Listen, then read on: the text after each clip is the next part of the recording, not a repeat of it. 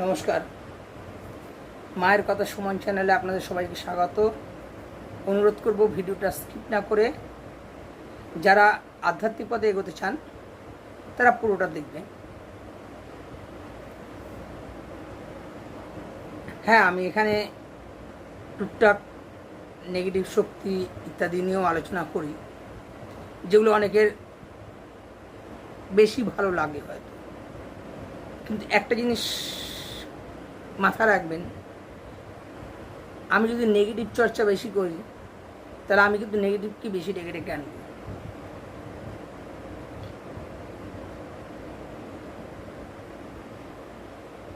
আমার মধ্যে যত পজিটিভিটি থাকবে, নেগেটিভ আমার থেকে তত দূরে সরবে। যদিও আজকের দিনে এতটাই অদ্ভুত একটা অবস্থা তৈরি হয়ে গেছে, এমনিতেই তো ধরুন দ্রব্যমূল্য বৃদ্ধি থেকে শুরু করে রাজনৈতিক অস্থিরতা, কাজকর্মহীনতা, মানুষের জীবনে ফ্রাস্ট্রেশন, ডিপ্রেশনের আর কমতি নেই। তার উপরে গোদের উপর বিস্ফোরণের মতন যুক্ত হয় এই আধিভৌতিক কার্যকলাপগুলো সবই কি আধিভৌতিক? আমি এর আগেও কয়েকবার বলেছি যে যখন অন্য কোনো কিছু খুঁজে না পাওয়া যাবে, আর কোনো একটা মেডিকেল রিলেটেড কিছু, সেটা মেডিকেল রিলেটেড সমস্ত কিছু টেস্ট করে কিচ্ছু পাওয়া গেল না, তা সত্ত্বেও দেখা যাচ্ছে সেই ব্যক্তি অসুস্থ হচ্ছেন, দিনের পর দিন শুকিয়ে যাচ্ছেন, তখন সেখানে ধরতে হবে এখানে আধিভৌতিক কিছু আছে। যেমন মানিটারি প্রবলেম সবার আছে, এখন সবার যেভাবে দ্রব্যমূল্য বাড়ছে সবার মানিটারি প্রবলেম আছে, কিন্তু সে হয়তো বেতন বা রোজগার বাড়ছে না লোকের।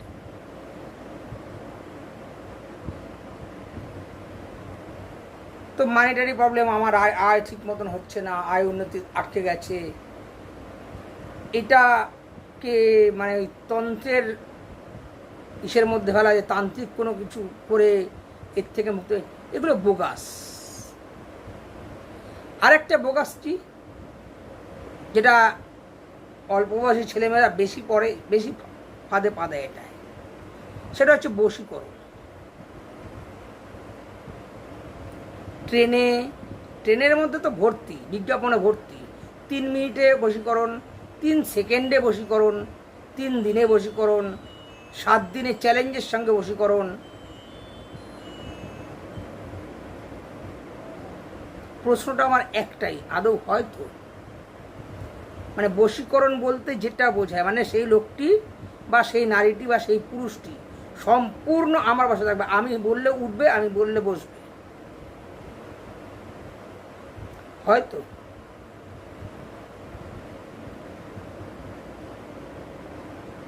রে করে কিছু তান্ত্রিক তেরে আসবেন, অবশ্যই ঠিক আছে। কিভাবে হয়?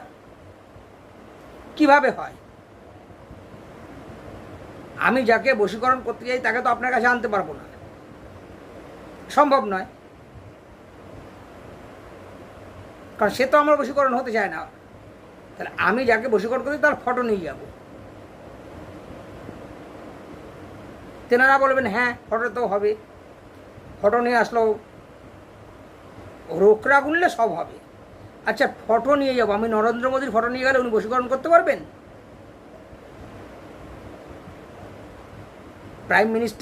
শ্রদ্ধেয় প্রাইম মিনিস্টার নরেন্দ্র মোদীর ফটো নিয়ে যাব, কোন তান্ত্রিকের ক্ষমতা আছে ওনাকে বশীকরণ করে দেখাক দেখি?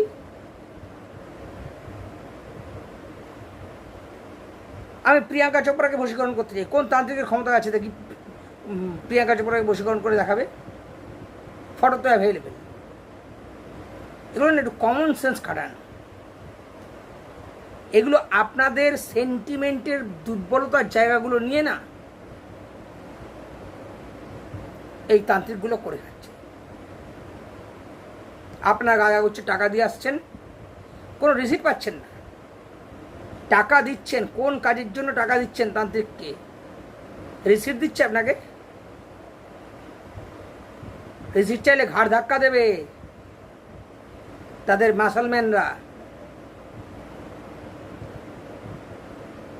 উল্টে আপনি হুমকি খাবেন, কাজটা আপনার কার, কাজটা কি কাজ কাজ দরকার নাকি, কাজ দরকার হলে টাকা ফেলুন, ক্যাশ টাকা ফেলুন, ক্যাশ, চেকে নয়, চেক দিলে নেবেন না, কারণ চেককে তো আপনি তারা দিচ্ছেন, তাকে নামটা হয়ে যাবে, এগুলো বোগাস। তন্ত্রের মারণ, স্তম্ভন, উচ্চারণ, বিদ্বেষণ এগুলো সাধকের নিজের জন্য, নিজের আত্মোন্নতির জন্য, নিজের অহংবোধটাকে মারতে হয়, নিজের ইন্দ্রিয়গুলোকে স্তম্ভন করতে হয়, নিজের রিপুগুলোকে উচ্চারণ করতে হয়, তারা বইগুলোকে, নিজের মনটাকে বশীকরণ করতে হয়, অর্থাৎ মনটা আমার সবশ থাকবে, কোথাও ছুটবে না।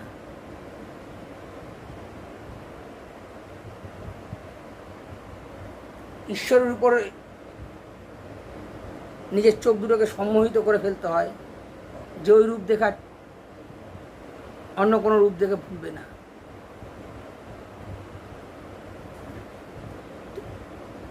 এবং তারপরে যেটা পাওয়া যায় সেটা হচ্ছে শান্তি।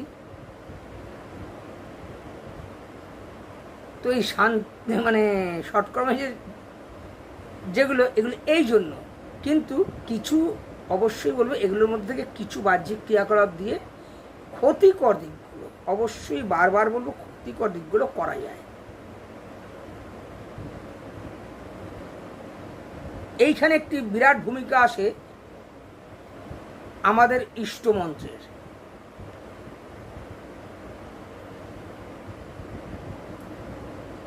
ইষ্টমন্ত্রের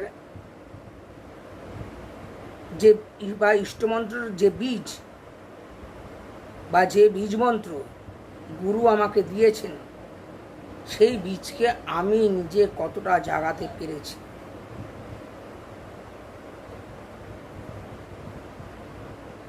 যদি সেই বীজ আমি জাগাতে পেরে থাকি নিজের ভেতরে, ও হাজার টোনা টোটকা করে নিক না, কিচ্ছু লাভ নেই। এইখানে আমার একটি বোন আমাকে প্রশ্ন করেছেন, বেলুর মঠের শ্রদ্ধেয় স্বামী সর্বপ্রিয়ানন্দ জি মহারাজ, উনি, আমি জানি না কতটা উনি বলেছেন কিনা, কারণ ওনার ছবি দিয়ে তার উপর লেখাটা রয়েছে, যে মন্ত্রগুলো আমাদের বীজমন্ত্র, তন্ত্রের বীজমন্ত্রগুলো অবশ্যই সুন্দর, কিন্তু সেগুলো শুধুমাত্র জপে গেলে কোনো লাভ হয় না। অর্থবোধ সহ সেই মন্ত্রগুলো জপ করলে তবেই সেই মন্ত্রগুলো কাজ করবে।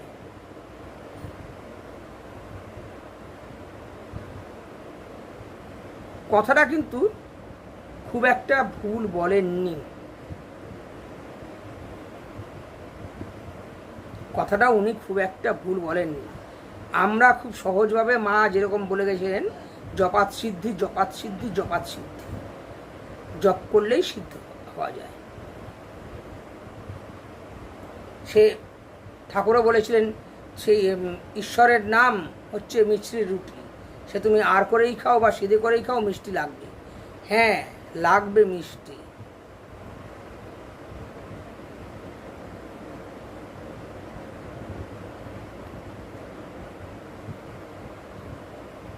কিন্তু এখানে একটা বৈশিষ্ট্য আছে। সেটা কি? আমি যদি ওই মিষ্টির রুটিটাকে আর করে খাই বা সিদ্ধ করে, সেটা তাড়িয়ে তাড়িয়ে খাই, তাহলে আমার আরও ভালো লাগবে। মা বলেছিলেন, জলে ইচ্ছে করেই পড়ো আর কেউ ঠেলেই ফেলে দিই, কাপড় ভিজবে। হ্যাঁ, কাপড় তো ভিজবে, কাপড়ও ভিজবে, শরীরও ভিজবে, কিন্তু নিজে থেকে জলে ঝাঁপ দিয়ে যে আনন্দটা লাভ করা যায়, কেউ আচমকা জলে ধাক্কা মেরে ফেলে দিলে সেই আনন্দটা পাওয়া যাবে, না বিরক্তি আসবে? আমাদের ভেতরে যে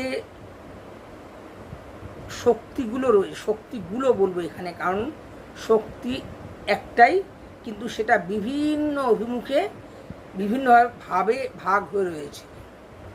দৃষ্টিশক্তি, শ্রবণ শক্তি, ঘ্রাণ শক্তি, রসনা শক্তি, পাচক শক্তি, বিভিন্নভাবে ভাগ হয়ে রয়েছে। ঠিক বাইরেটাতেও দেখুন, চৌম্বক শক্তি, ইলেকট্রিক শক্তি, গতিশক্তি, সব ভাগ হয়ে রয়েছে। এই যে ভাগ হয়ে থাকা জিনিসগুলো, এগুলোকে এক জায়গায় আনা, এক জায়গায় আনলে তবে সেটি মহাশক্তির স্রোত পরিণত হবে। অসংখ্য নালাকে টেনে এক জায়গায় যখন জুড়ে দেওয়া হবে, তখন সেই অসংখ্য নালা দিয়ে জলটা আসবে, সেই যখন ওই বড় নালাতে পড়বে, তখন সেই নালার জলের স্পিড কিন্তু প্রচণ্ড হবে। তো কেউ একটি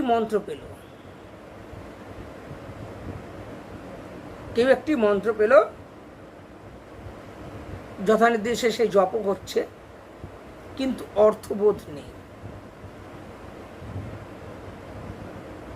অর্থবোধ অর্থাৎ বর্ণময়ী বর্ণের প্রত্যেকটি বর্ণমালার প্রত্যেকটি বর্ণকে বলা হয় মাতৃময়ী, কারণ মাতৃকা বর্ণ। এই বর্ণমালা দিয়ে আমাদের দেহ পর্যন্ত গঠিত।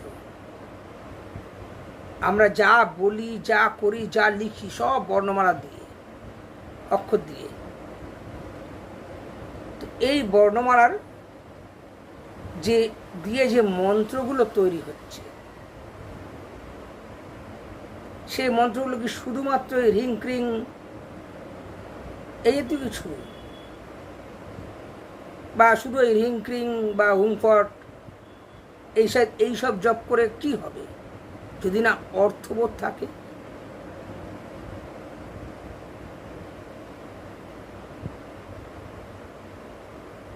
অনেকে বলবেন জপ করতে করতে অর্থবোধ এসে যায়। সে কোন কালে আসবে তার ঠিক আছে? আসে তো অবশ্যই, কোনো না কোনো সময় জ্ঞানদানী দয়া করবেন, তবে রিং মন্ত্রের মানে আমি জানতে পারবো, ক্রিং মন্ত্রের মানে আমি জানতে পারবো। কালী পুজো করতে গিয়ে ঠাকুরমশাই বলছেন ক্রিং শ্রীমৎ দক্ষিণা কালিকায় নমঃ। কেন ক্রিং? কেন? ঝ্রিংও তো হতে পারত, প্রিংও হতে পারত। মজাটা এইখানে যে এই যে এক একটি মায়ের বা শক্তির বিভিন্ন রূপের জন্য এক একটি বর্ণমালাকে বা কয়েকটি বর্ণকে সংযুক্তকরণ করে একটি বীজমন্ত্র তৈরি করা হয়েছে। একটি বীজ, এই বীজের কিন্তু ভ্যালুটা অনেক, এই বীজের ভ্যালুটা অনেক। বুঝতে পারবো ততক্ষণ সেগুলো আমাদের কাজে দেবে না। দেবে না তা নয়, দেবে, খুব কম দেবে। আর যত বুঝে করতে পারবো তত বেশি কাজ দেবে। ধরুন আপনি তেলেগু ভাষা জানেন না, তেলেগু ভাষা জানেন না, আপনাকে তেলেগুতে একটা তেলেগু ভাষাটা তেলেগু, কিন্তু সেটা আপনাকে বাংলায় লিখে দেওয়া হয়েছে, বাংলা হরফে। আপনি বাংলা হরফে পড়ে ফেলতে পারবেন, কিন্তু আপনি পড়ে ফেলতে পারলেন, কিন্তু ওটাতে কী লেখা হয়েছে সেটা বুঝতে পারলেন না। ধরা যাক কাউকে উদ্দেশ্য করে প্রচণ্ড গালাগালি দেওয়া হয়েছে।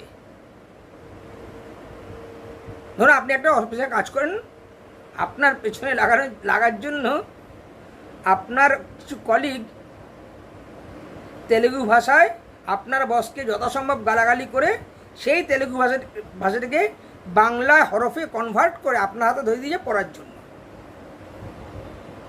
আপনার বস তেলেগু জানেন বা তামিল ভাষা জানেন, আপনি তার সামনে ওটা পড়ছেন, অবস্থাটা কি দাঁড়াবে?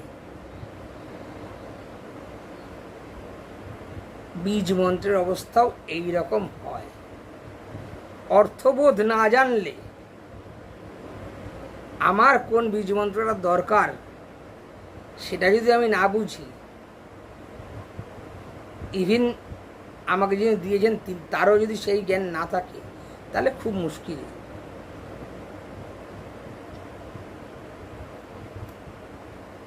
যিনি দিয়েছেন তার তো সেই জ্ঞান থাকতেই হবে, কারণ গতি নেই। তিনি যদি ভুল হন তাহলে আপনিও গেলেন।